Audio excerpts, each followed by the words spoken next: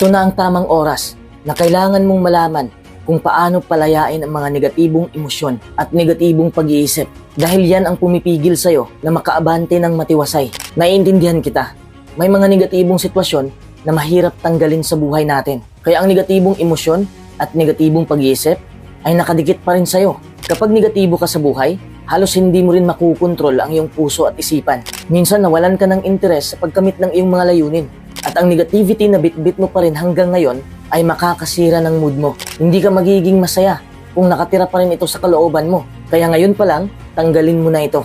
May mga panahon din na nawalan ka ng tiwala sa mga taong nasa paligid mo, na pinapahalagahan at minamahal mo dahil sa negatibong nararamdaman mo.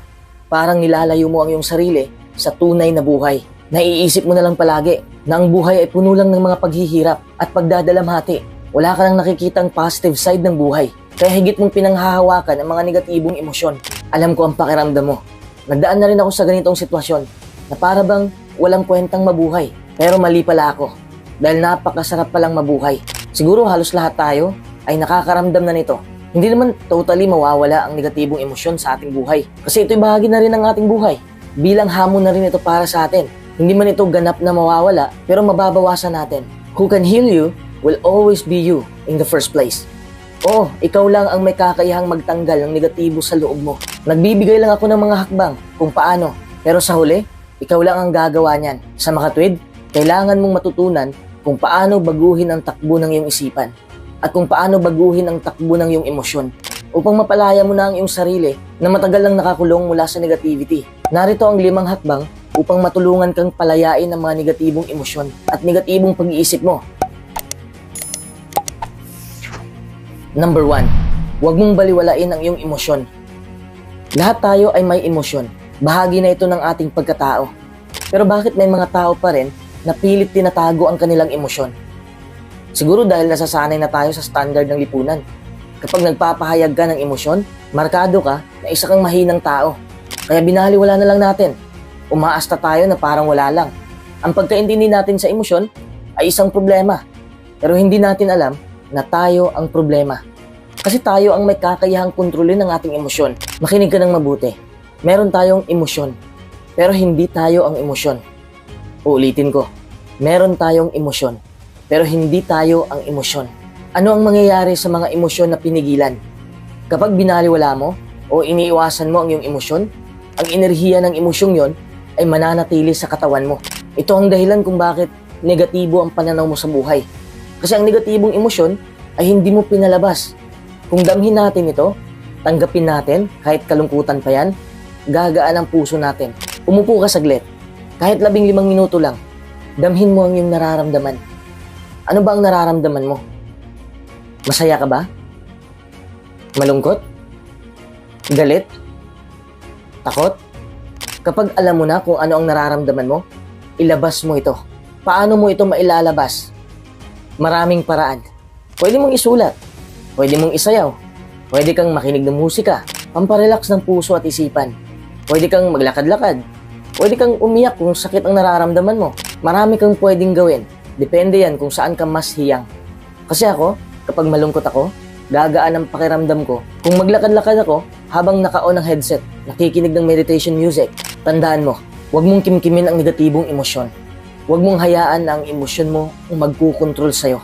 Hindi ko naman sinasabi na dapat pinipuwersa mo na itigil ang iyong emosyon.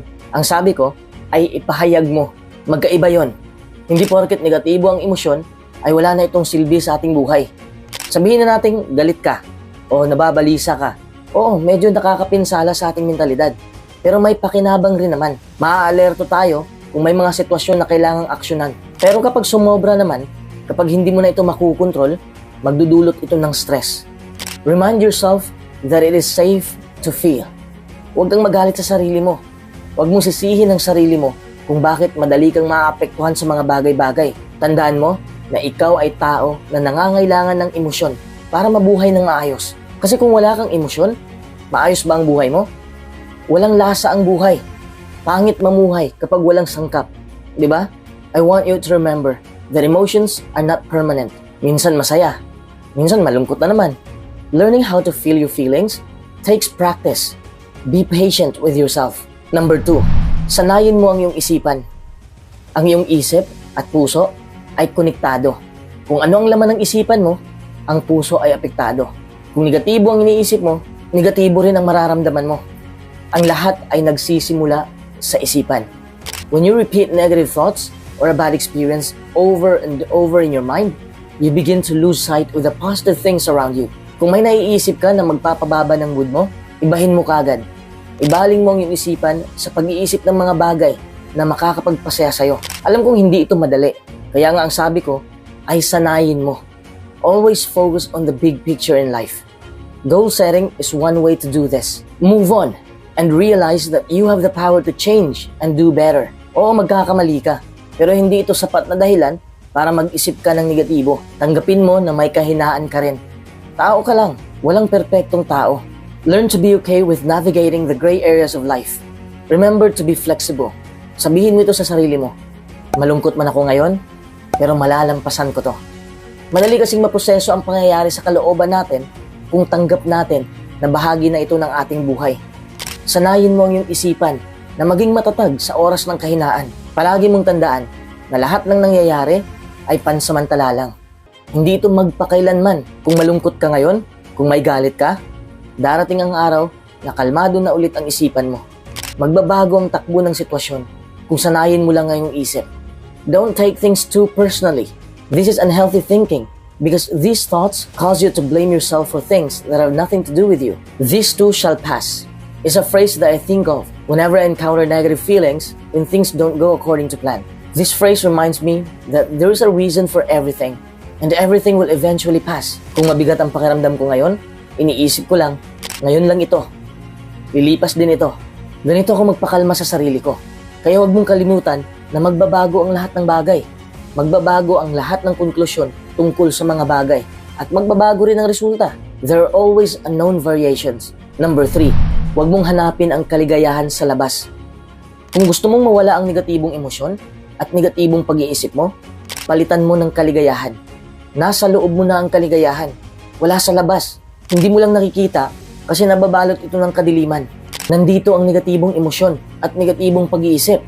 May takot rin, pagkabahala at pagkabalisa. Lahat tayo gustong lumigaya, pero mali ang itinuturo ng lipunan sa atin. Sabi nila, magiging maligaya lang daw tayo kapag may marami tayong kaibigan, kapag mayaman na tayo, may maganda tayong trabaho. Oo, masaya naman tayo sa mga bagay na yan, pero pansamantala lang yan. Hindi yan magtatagal. Instead of trying to find happiness from outer circumstances, we should look inside ourselves. Alam ko na ang pinagsasabi ko dito ay hindi madaling gawin. Ganito rin ako noong una. Ang dami kong libro na binabasa tungkol sa kaligayahan. Hindi ako naniniwala noong una. Pero noong ina-apply ko na sa sarili ko, nasabi ko na tama pala ang sinasabi ng mga manunulat. When understood and applied in the right way, it can lead you to a happy and content life. Positive thinking can help to create our happiness. Number 4, magpasalamat ka araw-araw. Notice the good things in your life and identify the things you are grateful for. Imposible naman kung walang mga kasiyasiyang bagay ang nangyari sa'yo, di ba? Sino ba ang pasasalamatan mo? Siyempre, ang Diyos. Always thank God for everything you are living and will be living. Remember this, thanking God in everything will get you through anything. The reason why I want you to remember that phrase is because I want you to remember to focus on God and not your circumstances. Basahin natin ang Santiago 1:2-4. Mga kapatid ko, ituring ninyong malaking kagalakan kapag dumaranas kayo ng iba't ibang pagsubok. Dahil alam ninyo na kapag nasubok sa ganitong paraan ang pananampalataya ninyo, magbubunga ito ng pagtitiis. Pero hayaang gawin ng pagtitiis ang layunin nito para kayo ay maging ganap at malusog sa lahat ng aspekto at hindi nagkukulang ng anuman. You see, if joy comes only in perfect circumstances, we are in trouble. We're doomed to a life without joy. Yung mga kaligayahan na nakikita natin sa social media, hindi naman palagi silang masaya. Hindi natin alam ang kanilang sitwasyon sa likod ng kamera, kaya huwag kang maniwala na may mga taong walang problema. Lahat tayo ay may problema. The good news is, God wants to bring joy into our lives, regardless of circumstances. And His joy is a source of strength. Basahin natin ang Nehemias 8:10. Huwag kayong malungkot, dahil ang kagalakang nagmumula sa Diyos ang inyong lakas. Kung magpapa-apekto ka sa mga pangyayari, siguradong mawawala ang iyong kagalakan. Kung hindi ka na nagagalak, siguradong manghihina ka. Kung mahina ka na, mawawalan ka ng kakayahang lumaban. At kung hindi ka na lalaban, talo ka. Therefore, it's important to guard your joy, regardless of circumstances. The more you understand joy, the more you will live in the strength of our God. It's a blessing you need to cherish and work on growing it. You'll be able to see happiness in the little things you ignored before, and your heart will be filled with kindness and warmth again. It's a great way to end your emotional negativity. Gusto kong hikayatin ka, magpatuloy ka sa pagsulong. Darating ang mga bagay na walang kasiguruhan. Minsan mabibigo ka sa mga bagay na inakala mong makakamit mo na. Mararamdaman mo ang bigat ng pagkabigo. Ngunit patuloy ka lang na sumulong. Palagi kang gagabayan ng Diyos. Pwede kang tumawag sa Kanya at magtiwala ka sa Kanya na siya ay tutulong sa iyong paglalakbay tungo sa tagumpay. Number 5, huwag kang umasa na maging perpekto ang lahat. Hindi magiging perpekto ang sitwasyon. Lalo ka na. You don't need to be perfect to live the kind of life you came here to live. You just need to be honest with yourself about what matters to you and then build the courage to create your life from that passionate base. Hindi mo na kailangan na maging perpekto para mahalin mo ang iyong sarili. May kalakasan ka at may kahinaan ka rin. That's what life is all about. It's not about being without fault or failure, but how you rise and keep going anyway that leaves a positive impact on the world around you. Ganyan ang realidad. Minsan umuulan, minsan umaaraw, regalo ng Diyos ang buhay. Kahit ang dami mong nakakabaliw na sitwasyon na nangyayari sa atin, life is perfectly imperfect no matter what happens because life is life. It's incredible that we're here at all. We got sucked into perfection for one very simple reason. We believe perfection will protect us. Perfectionism is the belief that if we live perfect, look perfect, and act perfect, we can minimize or avoid the pain of blame, judgment, and shame. We all need to feel worthy of love and belonging. And our worthiness is on the line when we feel like we are never good enough. Paano ka maging masaya? Paano matanggal ang negatibo sa loob mo kung naghahangad ka ng ilusyon? If we want to live and love with our whole hearts and engage in the world from a place of worthiness, our first step is practicing the courage it takes to own our stories and tell the truth about who we are. It doesn't get braver than that.